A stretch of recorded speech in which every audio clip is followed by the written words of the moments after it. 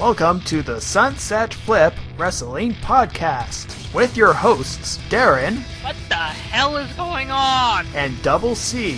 I don't know. Covering 5 hours of WWE programming. You think this shit would get stale after a while, but apparently not.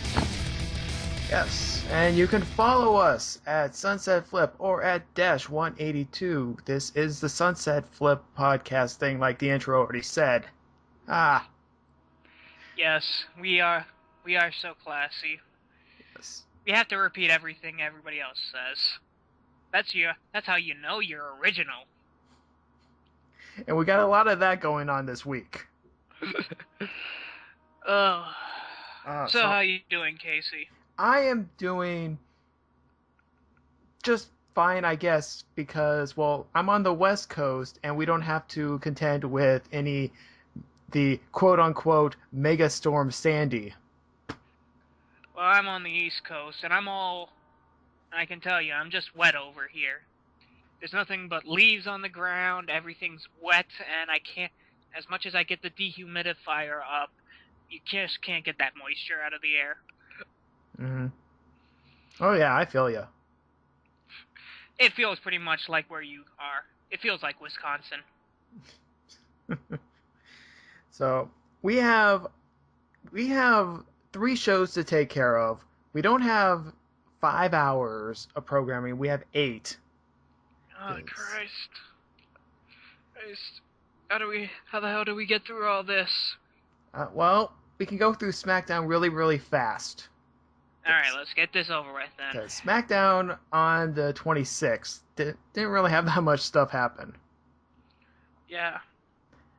I'm guessing it was pretty much just just lead up to Hell in the Cell. Nothing. Yeah, pretty much. I mean, let's see, the show starts out with Randy Orton. He says, Alberto Del Rio picked the wrong guy to mess with. Because he's Randy Orton. To make an example, and then Del Rio shows up. He says he's a new Apex Predator. I noticed that from Y Ruler Times when he made that. I'm pretty sure it would be Mike. I am the new Apex Predator! Or however the hell he talks. Well, he got the pronunciation right this week. In previous weeks, he's been with a thick accent, Sometimes you gotta wonder if he's laying that accent a little too thick. Just like Sheamus? Ah, yes. Arriba. And then all of a sudden, Wade Barrett attacks Orton because he needs someone to fight on TV. Because we need to fight. Mm-hmm. Because this is a wrestling show. Yes. Match number 1. We have Kane versus Cody Rhodes. This is for, I guess, momentum. Prelude tag team match. Yep, Kane wins because, yeah. Mm-hmm. Backstage with Booker T and The Big Show, they're going to do a face-to-face, face-off thing. Big Show says, he has nothing left to prove. Okay, then. Next up, we have The Miz versus Yoshitatsu, squash match. Who cares? I heard about this, and this honestly is just hilarious in my opinion. Miz needed this. Think of how badly Miz needed this. Yeah. It was horrible how he's going through the weeks. It's like, you got defeated twice by Kofi, and then you got defeated by Ryback. It's like, you're not showing yourself as true potential here. Yeah. Okay, and now the big reveal to the mystery that we've all been wanting the answer to. We have? Yes. Who really attacked Caitlyn? Do I honestly care? It was Oksana. Wait, what? I'm confused. Oksana wore the blonde wig and attacked Caitlyn for Eve because they screwed up their stupid Battle Royal match for the #1 contendership last month. I call bullshit. With a pair like that, how could you not know it was Oksana? I don't know. And I know that sounds sexist, but I sorry, when you see, I'm sorry, those stand out. Booker T is just as frustrated with this as we all are. Yes, he's pretty much the audience persona right now, where he's just like, play on. Not that's Teddy Long. Sucker, I'm just finished with this. So he makes a tag team match later on. Next, you suckers can just deal with it. Yeah. Next, we have Randy Orton versus Wade Barrett. And Wade Barrett pulls out an upset victory. Yay. Because he got assistance by Del Rio. Is anybody surprised? No. Okay, next match. Okay. There's a little bit more confrontation, but who really cares about that? Next match, Layla and Caitlyn versus Eve and Oksana. And nobody cares. I put Eve wins by missed kicked. Wow. Okay, moving on. Mania running wild on you. What you gonna do? Take better notes next time, obviously. Well, I was referring to Eve, but if you want, okay. to include yourself in that, fine by me. We go backstage after that with Sheamus and Booker T.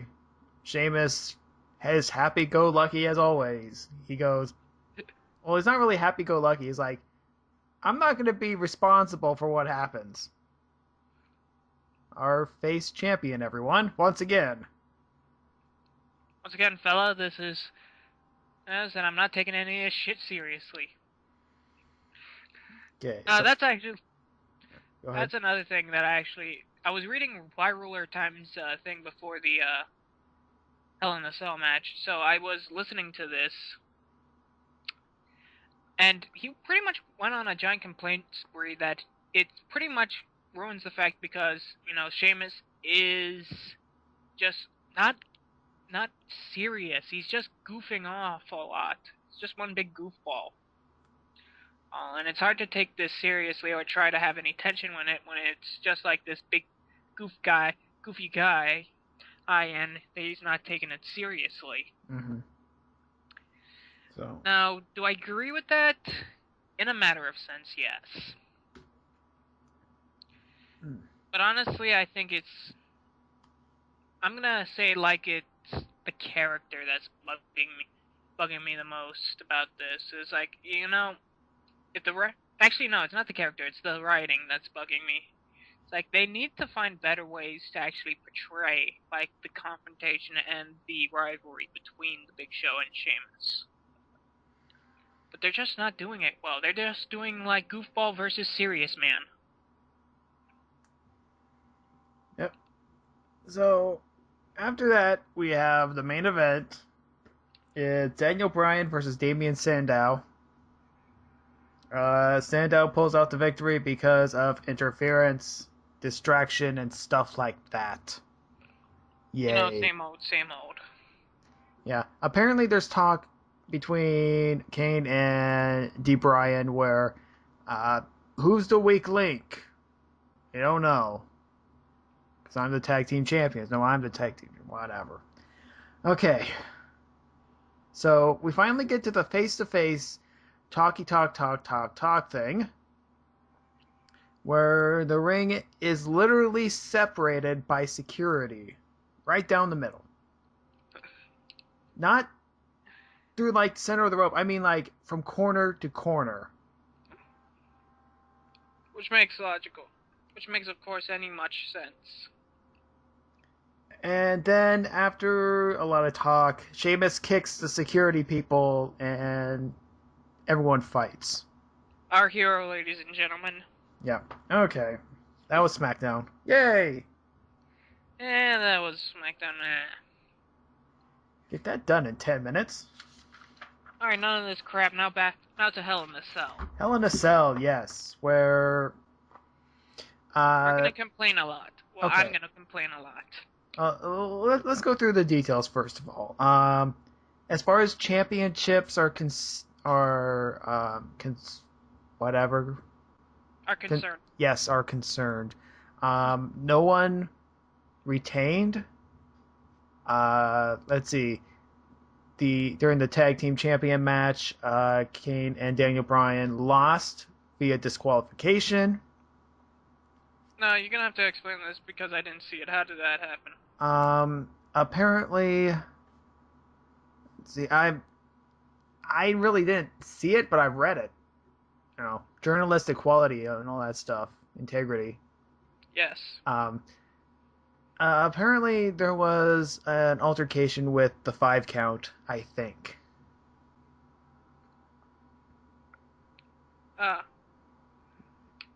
Yeah, where it's like so a lot of brawling. shenanigans like that. Yeah, that kind of thing.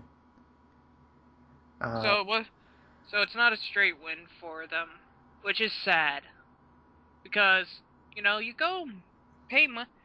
This is gonna happen a lot, and I'm gonna say this. And a lot of people have already said this besides me.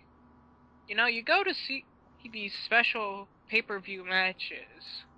You know, you waste like $70 for them. They're not cheap. You don't want to see a disqualification. You want to see a finish. Right. Well, fortunately for that match, I was the only one that ended in DQ. Now, but then again, that asks the question: they get disqualified, do they retain? Yeah, they retained. Of course, they retained. Which is weird. Even though Cody Rhodes won, Rhodes Scholars won, they don't get the championship. Right, because it's disqualification. Which, of course, we're gonna go back into that. That's not what you want to do for a pay-per-view. Right. Anyways, moving on. Let's talk about something a little bit nicer. How about the Divas match? Oh, fuck. Eve retains. Okay, whatever. Antonio Cesaro, he retains. Kofi Kingston, he retains. Let's see, there was another match between Rey Mysterio and Sin Cara as they took on the Primetime Players. Yes, the Primetime Players. They won. Yes. That would probably have been the best match in the night, I bet. World Heavyweight Championship match. Oh wait, that's right. There was a title change. Well, there was one. I forgot about that. Wow. Yeah, Big Show pulled off the victory over Sheamus. And Finally. This is interesting. Because didn't he just pull... If I read this correctly, he pulled off the victory straight. Mm-hmm. He won it cleanly. Yeah. That's interesting. 2 KO punches. You don't see that often, especially with heels nowadays. They like their interference with the heels, because, you know, the noble people don't interfere. You know, you're shady if you interfere. You're shady if you have interference and you have other stuff like that. Which we'll get to with the WWE Championship. But one thing I gotta complain about is, where was Dolph Ziggler in all this? Oh, he was getting beat up during the pre-show by John Cena.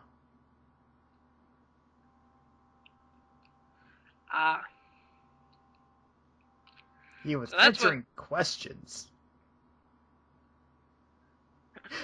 I see.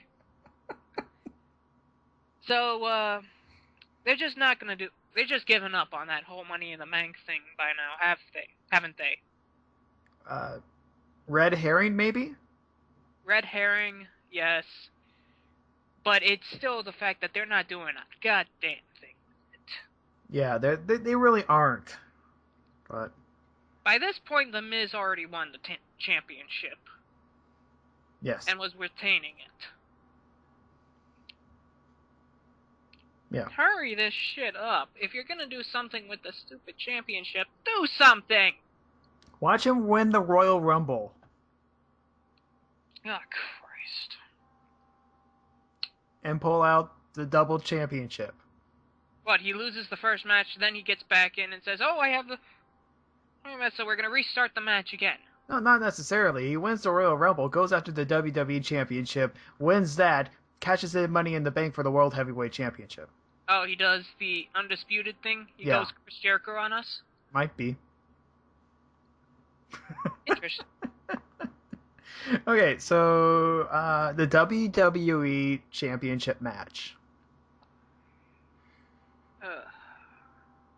Now, if you watched Raw, you know what happened.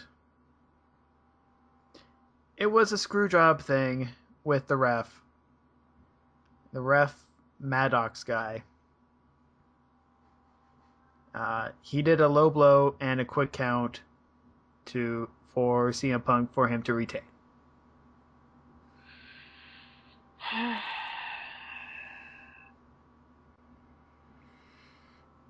Punk you know, yeah, go ahead. They're trying... I know this is a phrase that's stupid when you think about it, but they're trying to have their cake and eat it, too. That's the only phrase I could think of properly to describe this stupidity. This isn't right. This is supposed to be for, A, the WWE Championship. This is on a pay-per-view. And we haven't seen Punk get a clean win in a while. Either he's won by interference, or he's just walked out on a match. And I'm kind of getting sick and tired of this bullshit. This is really annoying. How am I supposed to take this guy seriously? He says he's the best in the world, but he can't. But it never happens. He never proves it. I know that's probably what they're going with. Like, oh, he's pretty much just a giant hypocrite. But that's a stupid angle to go with. And I'm saying this because it's a stupid angle. I don't like the angle that CM Punk is going with. And I'm sick of it. I really am. Any input on this, Casey? So, in other words, you want Ryback to punch his fat face in, right? No. Okay. I want Punk to be a loner. I want him to just say, screw everybody else. Just go stone cold on everybody. You don't have to go as far as stone cold by beating up the boss, but just say, screw everybody, I don't care about you, I am the best in the world, I don't need anybody, and he's just acting like a giant firebrand. Like, he's just beating up people left and right, and he's just proving it by being the biggest bastard in the planet. And he wins matches cleanly to prove that he is the best in the world. Right. Now, that's what I want to happen, but they're not doing that. Why not? That sounds like a great idea. It's because he's a heel. And this is the WWE machine. Yeah, this is a machine. You can't have originality, apparently. Okay, so... Fuck are the word is for anyway. Okay, so, on a lighter note... Let's move on to Raw. Okay, this is not necessarily a lighter note. So, anyways. Excuse me. We go to Monday Night Raw. The show starts with CM Punk. Of course. He said that everyone was wrong about their predictions about Hell in a Cell. Except for us. We got it right. We kind of said he would retain. He said that he had nothing to do with the referee's interference. Yeah, we all know it was Paul Heyman. Yeah, probably. He says that Ryback is done and there won't be a rematch. Wait for it. Mick Foley interrupts. Ah, crap. Mick Foley goes into this big tirade where he goes, "You blew it. You dishonored Hell in a Cell." Even though I didn't know that Hell in a Cell had honor. I thought it was supposed to be Satan's playground, being sadistic and all that stuff.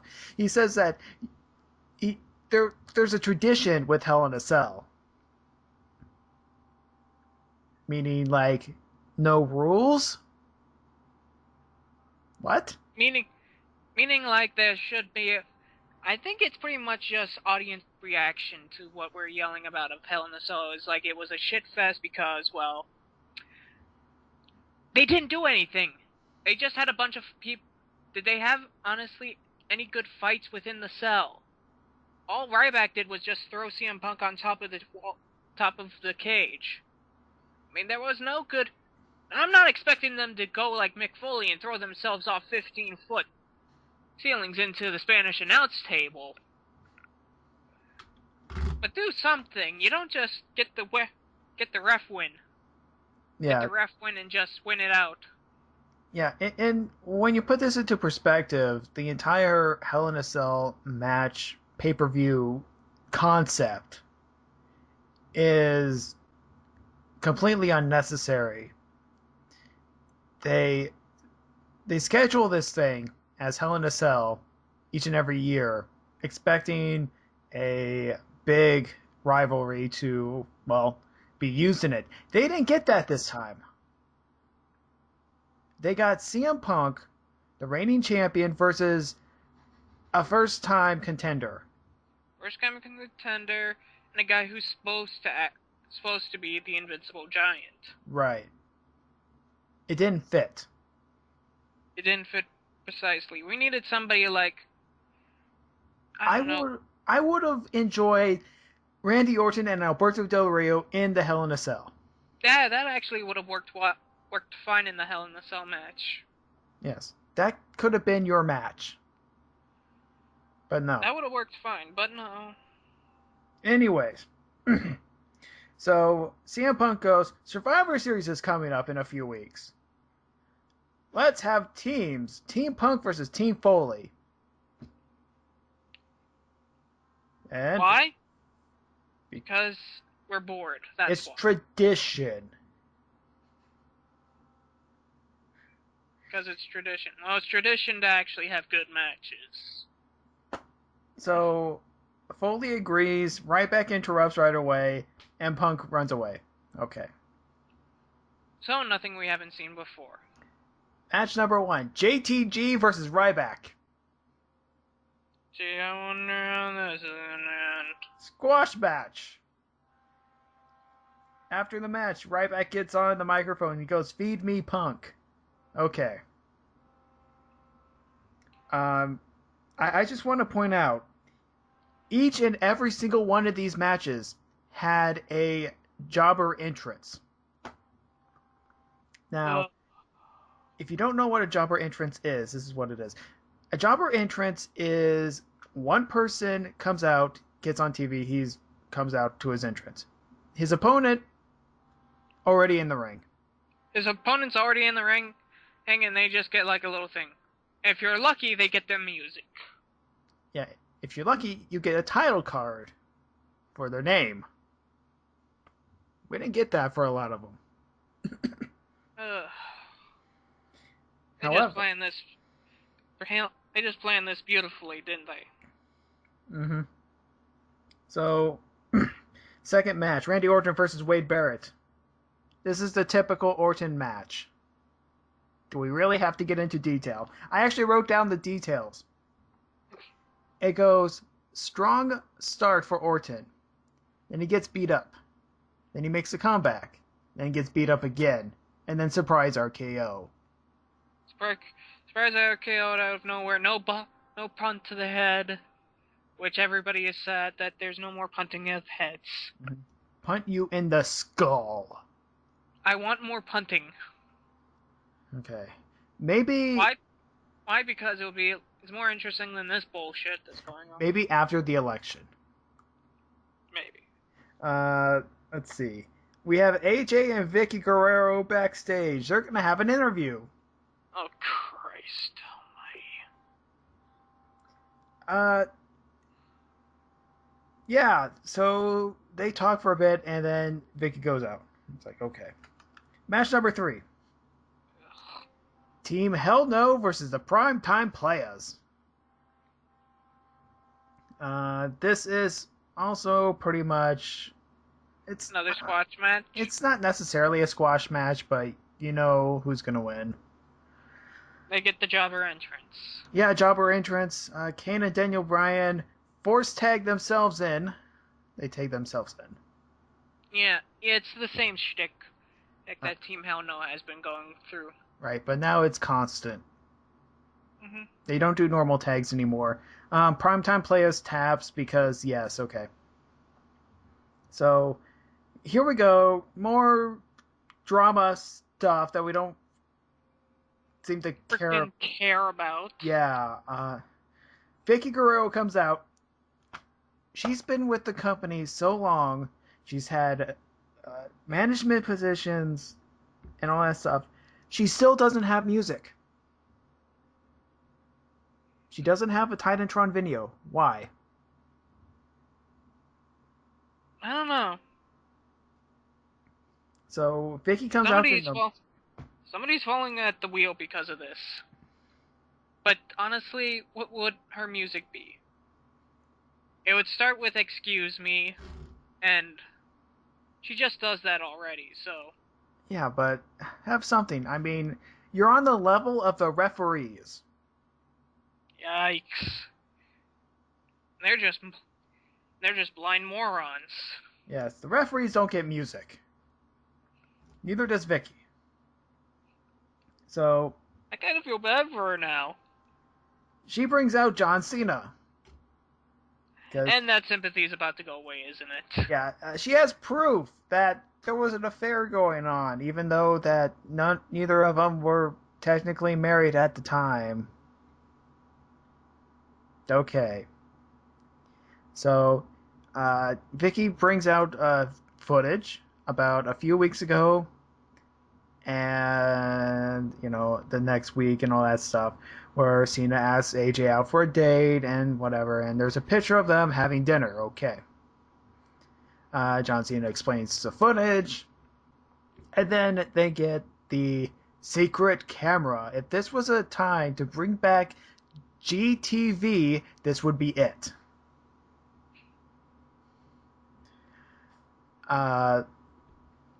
There's a scene where Cena is holding up an elevator and invites AJ into the elevator in the hotel area. The crowd immediately goes, "You got busted."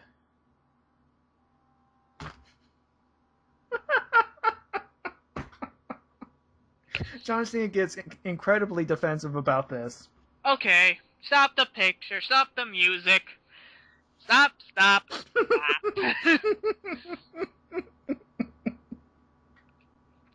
Repeat that again. I'm glad I didn't see this, because I'd be screaming at this point. Okay, so John Cena invites AJ into an elevator after having dinner. Now, Vicky goes, "This is the proof." Now, let's make this honest. I'm gonna go fucking Phoenix right on your asses, because I'm playing this, and I have been focusing my defense lawyer positions correctly. Now, she entered AJ, as in AJ that we all know, AJ Lee, entered John Cena's, that means Mr. Muscle Squarehead, you know him. And John Cena asked AJ into the elevator, correct? Yes. Okay.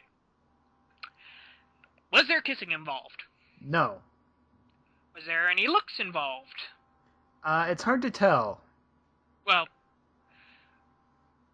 did it look like anything like they were closer to each other than intimately should be? Well, It looked like John Cena was standing, leaning up against the door so it wouldn't close, and being extremely casual about it. Okay, then that's just being casual. I'm guessing he's probably just being a nice guy, helping somebody who's just got the shit. Yeah. You know, I wouldn't go straight to fucking. You know, Well, there's leaps and bounds. well, to be fair, John Cena did make out with Eve while he was going through his divorce proceedings. Uh, uh.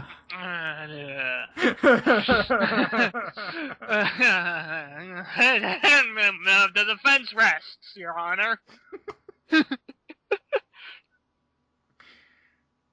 So, afterwards, Well, but to be fair, yeah. in all honesty, you know, that's in real life, I'm guessing. That's not, and that's pretty much petty sex. And like it, just because you go and you ask somebody to go in the elevator with them, honestly, that doesn't mean anything. That just means you want to take a ride with them and talk with them.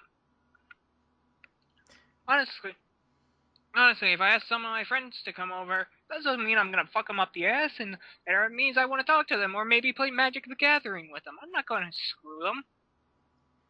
So, This is just all conjecture. I know, it is. It's stupid. I know. I'm about to go out of Try my to have fun flipping with mind. I can't have fun with it when it's so retarded. You act like a bunch of teenagers. What is this, frickin' high school? Actually, by the way, Dolph Ziggler acts. Yes, it actually is high school when I think about it. So, carry on. Yes, Dolph Ziggler does come out. He pushes John Cena, and then John Cena pushes back on Dolph Ziggler because he can't push Vicky. That's the reason. And then John Cena storms out. I mean, we don't want to have a fight or anything. This isn't. I mean, it's not like this is a wrestling show. Could there be an angle for Dolph Ziggler versus John Cena? Didn't we already see this with like Chris Jericho and Dolph Ziggler? Because it feels like the same angle. Possibly. So, but it feels like on a weaker basis and a more disturbing and icky basis that you really don't want to get into. Mm-hmm. So, up next, fourth match of the night, Kofi Kingston versus Antonio Cesaro in a champion versus champion match. Finally, a champion versus champion that isn't a freaking big ones. It's nice to see some interim champions actually fight each other because, well, that's more fun to watch. Okay. Nothing really big happens except for the fact that Kofi throws Cesaro into The Miz, who was doing commentary. Miz is pissed off because he got beat 3 times by Kofi. And then Cole's asking him, what have you done for us lately? And then Miz goes on about all his accolades and all this stuff. And then Cole goes, no, what have you done lately? And Miz just is You think the relationship is finally over between those two? Maybe. So it's so sad to see them. It's so sad when you see a live breakup. And then Miz goes ballistic. He attacks Kofi because he was outside the ring. He's like, oh, this is a perfect opportunity. Attacks. Everyone fights Kofi. R-Truth comes out, makes the save. I guess trying to set up a R-Truth versus Cesaro title match. Makes sense to me. Yeah, that'd be interesting. Okay. Interview segment number 2. Vicky goes backstage. It's like, after a whole bunch of talk that didn't amount to anything, AJ is hired once again, and she has a match against Beth Phoenix. We'll get to that later. Now, after that, we go into a behind-the-music interview with the 3-man band.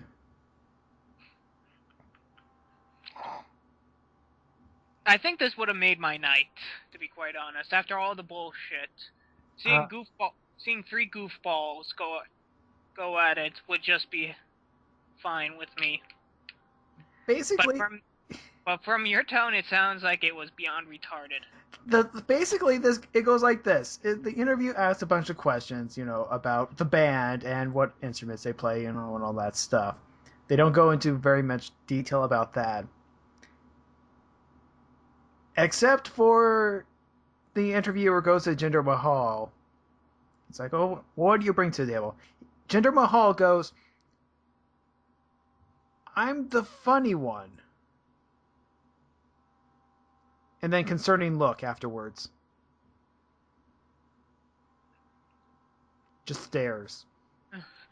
Funny how? Funny one? And then the interviewer goes, okay, so are you going to play something? And then they go, we can't play the song for you now. We got to... This is art.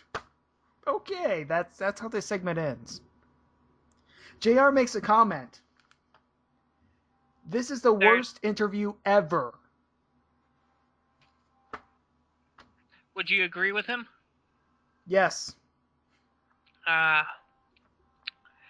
You're gonna say that it was a bunch of retards talking about stupid stuff? And I hate to say the word retards. I'm not gonna go Ann Coulter on this.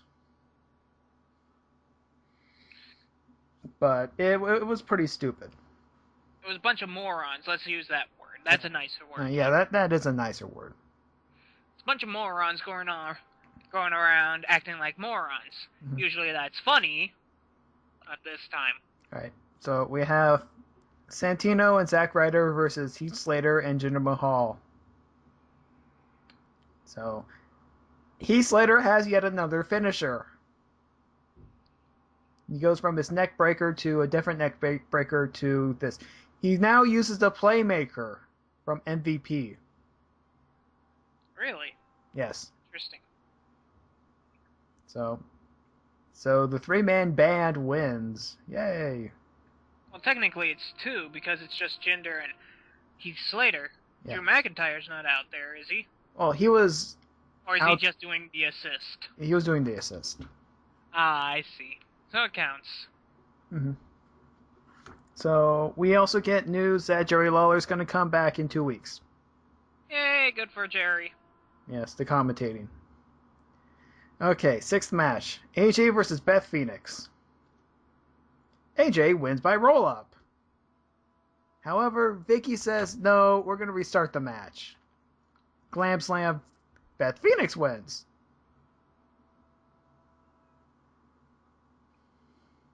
Yeah. You know,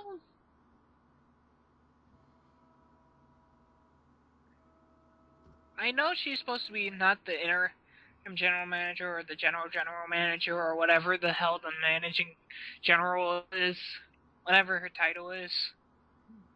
The managing manager. Yes. But can you do that? Apparently. Moving on. We'll get to more details about that later. I mean, I'm guessing she did a nice schoolboy roll-up fairly. I mean, there was no rope shenanigans, no rush shenanigans. Nope. It was clean. Not to sound like a dick or anything, but, you know, I honestly feel like I am right about assessment of the board of directors. That they are just a bunch of monkeys. And Vince has the bananas. Yeah. So... It just feels like that at this point. They say so much that they are a proper company. Yet shenanigans like this happens all the time. Mm-hmm. Makes you wonder how the fuck this company how the fuck this company actually stands together. Mm-hmm. So, we have a promo segment with Sheamus. He comes out to the ring. He says, alright fella, Big Show, he was the better man. And this was the greatest fight of my life.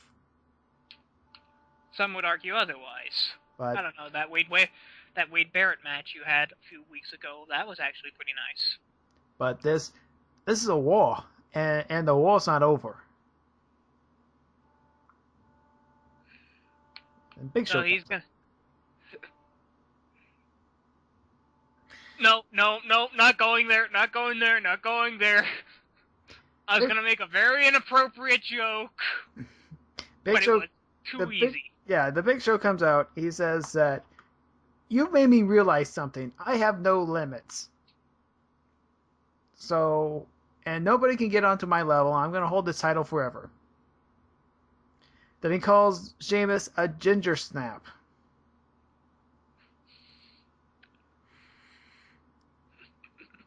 Sheamus goes, picks Big Show up, and hits the white noise.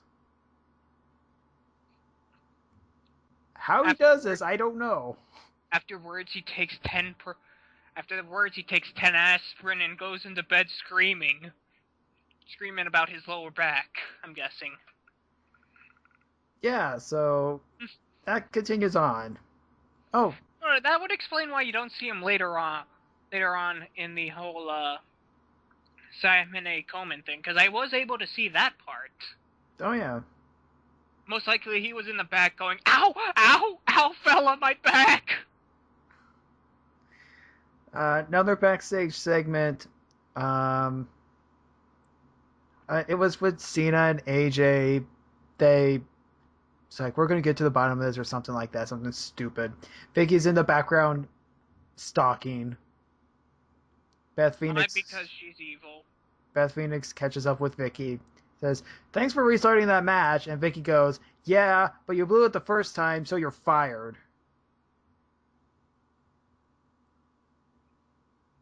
Which confirms the rumors that Beth Phoenix is, well, leaving laid the off. company. Contract expiring.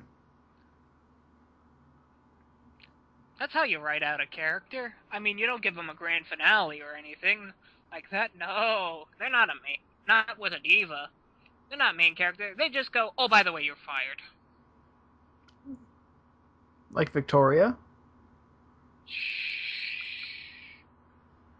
We don't talk about that. Okay, 7th match of the night. Rey Mysterio and Sin Cara versus the Rhodes Scholars. Once again, why don't I ever see the good matches? I don't know. You should blame it on your hurricane thing.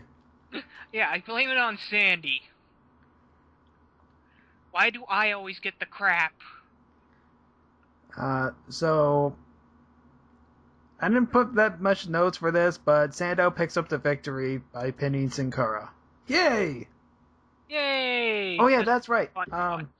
They separated the ring. There were frequent tags all the time, like pretty much textbook tag team partner things. Yeah. Which I miss out. I miss out on all the good stuff. Damn you, Casey. Okay, so we go backstage. Why do you have to be West Coast? West Coast is best coast. Okay, so shut up. We go backstage once again. Mick Foley talks about the video game.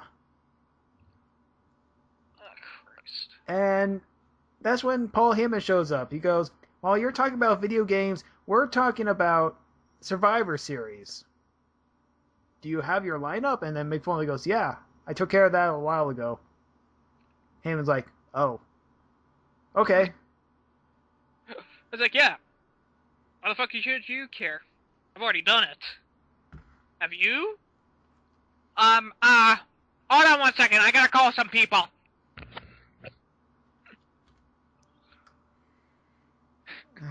And afterwards, Paul Heyman gets on his knees and starts doing what he does best. Begs for mercy? Sure, if we want to say that. Okay. Your main event match of the night. Alberto Del Rio versus Justin Gabriel. Oh yeah, I've seen that. I saw this. Yeah. And I don't want to say this was a squash match. It kind of wasn't. But at the same time, you knew the outcome. You knew the outcome without a standing reason. So, after that, We all know Justin Gabriel, he jobs out. Okay. So here we go to the Survivor Series. Well, after that actually was the Susan Oh, Kamen thing, which I want to give a shout out to that simply because I thought that was nicely done. You know, I'm not like I don't have like any family that has breast cancer, but I honestly do respect the WWE for going off on a cause like this. That's one of the nice things about like people like John Cena who actually do causes like this. yeah. So through merchandise and all that stuff, they give out a big check for $1 million. Which honestly I felt was a little cheap of them, don't you? Yeah, I thought it was going to be more than that, or especially not a round number. I mean, you have all that merchandise, and you say that all the proceeds are going to go to this cause You only raised $1 million out of merchandise. from 2 months. Granted, 2 months. granted it was actually 1 month. Yeah, but they have had this thing, the John Cena T-shirt, for 2 months. Fair enough.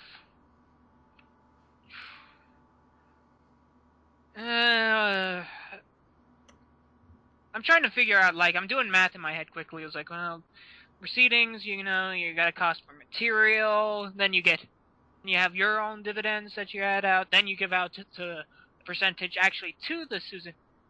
So, $1 million, I guess, is probably right. Maybe. Right. I don't know. It's all mathematics, and I'm horrible at math. I'm decent at math, but I'm not good at that type of math. Well, one thing I do know is the Survivor Series teams. Yeah, we do know that, though. Yes. So. Starts out with, ladies and gentlemen, my name is Paul Heyman. How's my I think you need a little bit more cheesesteak in you. Yeah. Which is odd, because I just had a cheesesteak for lunch.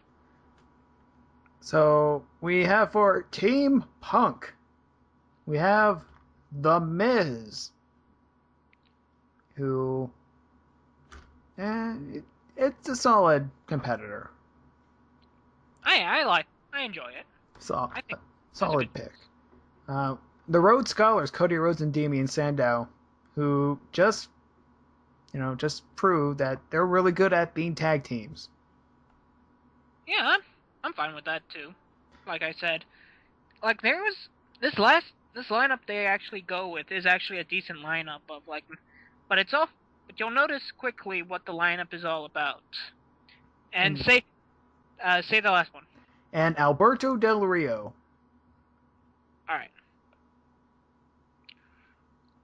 All right, I want you to put on a common phase between all those four superstars. Let's see. Heel? Exactly. Wait, hold on. Movie. Sandow doesn't have a movie, no, so that doesn't work. Fuck. Oh wait, no, Cody Rhodes didn't have a movie. That was Ted DiBiase. Wow. Yeah, he was in the Marine too. All right. Let's see. Heels. Yeah, heels. They're pretty much all bad guys. Okay. And of course, Punk is in there. Then we got. Yeah, naturally. And then we get to like Mick Foley's team. Okay, so we have Kofi Kingston. I'll get the joke once you get it done. Okay, so Kofi Kingston, Kane and Daniel Bryan, Randy Orton. And then Mick Foley goes, well, I'm not going to actually compete, so I'm going to put in this guy. He puts in Ryback. Which makes logical sense, because, Foley's not in the best shape to wrestle. Right. And when I look at this... And honestly, I don't want to see him wrestle because, well, he'll break more bones. Right. I got to get a pencil here. When we get this all together, though, what do you see, Casey? I see direct correlations between the two columns. Because the way that they were all introduced. So The Miz correlates to Kofi Kingston, #1 pick. Then we have the tag teams, they correlate. And then we have Alberto Del Rio directly correlating to Randy Orton. And we have Ryback going all the way around to CM Punk all the way around. You see, it's like John Madden. I'm pulling. I thought you were gonna add Kevin Bacon there for a second. So they could have mixed up this a little bit better. They could have, but I just want to do this joke instead. Go ahead. Because correlation or not, it's a team of bad guys versus a team of good guys, all in flashy outfits wearing Speedos. Speedo-like material. It's the Super Friends Super Show. I mean, the good guy, Mick Foley, they have like a bunch of guys, they might as well just be dressed out in the hero villain outfits. You might as well just have Punk shave his head and call himself Lex Luthor. You could, but so whenever they're probably going to get together, I'm going to be doing a Super Friends joke from now on. Okay, but I gotta say that this team put together by Paul Heyman is better than his last team that he put together. That featured Brock Lesnar, Mark Jindrak. Who?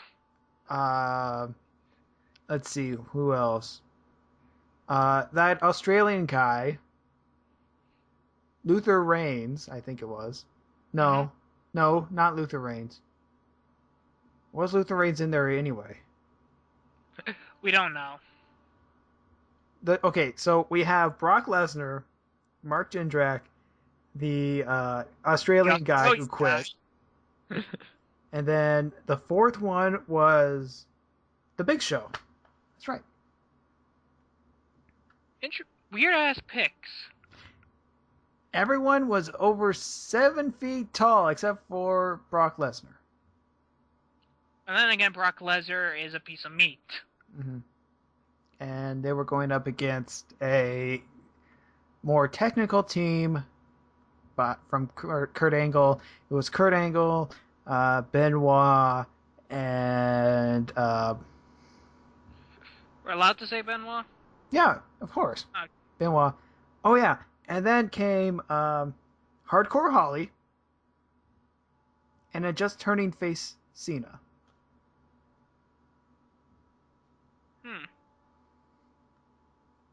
Interesting.